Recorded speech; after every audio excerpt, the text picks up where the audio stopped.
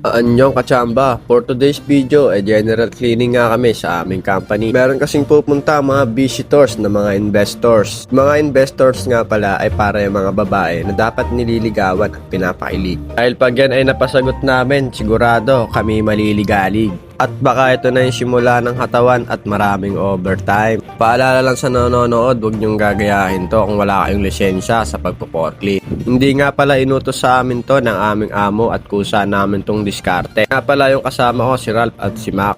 Gumamit sila ng safety gear para makaiwas sa aksidente. At ako naman ay sigurado kong maingat ang aking paggalaw para hindi tayo makadisgrasya. Kia Motors nga lang naman pala yung aming investors ngayon, kaya sobrang laking company neto. At pag nakuha namin to, sigurado kami ay papaldo. Bukod nga sa paglilinis ay inayos na rin namin yung mga makinang gagamitin namin dito. Kasama rin namin yung mga ibang lahi para mag-operate, kagaya ng mga Uzbekistan.